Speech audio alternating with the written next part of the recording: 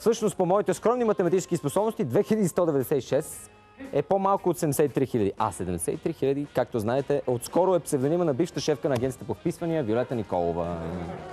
Честно казано, на всички ни е писнало от този скандал, предполагам, но госпожа Николова продължава да говори: млъкни бе, жена, бе, то не бива това, ти се усра. Всяка дума все по-зле. Вижте за какво говоря, моля ви си. Това е след компилацията ни е специално направена от нейни изказвания в интервюта и така нататък, защото от тук насетне, от тук до март само кисело зеле. Ето.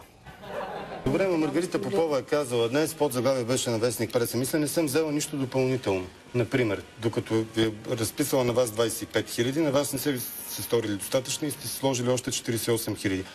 Това, което аз мога да кажа лично за себе си, е, че винаги съм преследвала държавния интерес. Когато отидох в държавната администрация, аз бях с твърдото убеждение, че искам да направя нещо да подкрепя това правителство. И то да го подкрепя по начин, така че работата на тази агенция да бъде достойна.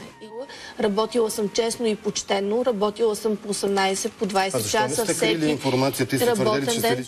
Вижте, за мен няма нищо нередно в това нещо. Човек да си оцени работата, че няма пари. Вие страшно упорито твърдите, че е редно, бидейки шеф на агенция по вписвания, да получавате по 8000 лева на месец. Сега разбирам в интерес на истината, че е обществено укоримо.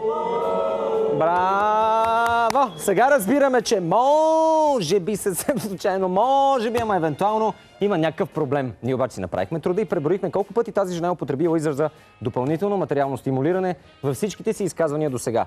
Числото се оказва горе-долу толкова голямо, колкото и бонусите на госпожа Николова. След като обаче вече не е изпълнителен директор на агенцията по вписвания, горката, имам предвид, и предлагаме ние да изпращаме дарически СМС-и или ДМС-и на символична цена от 8000 лева, само че в нейния ДМС ще означава допълнително материално стимулиране.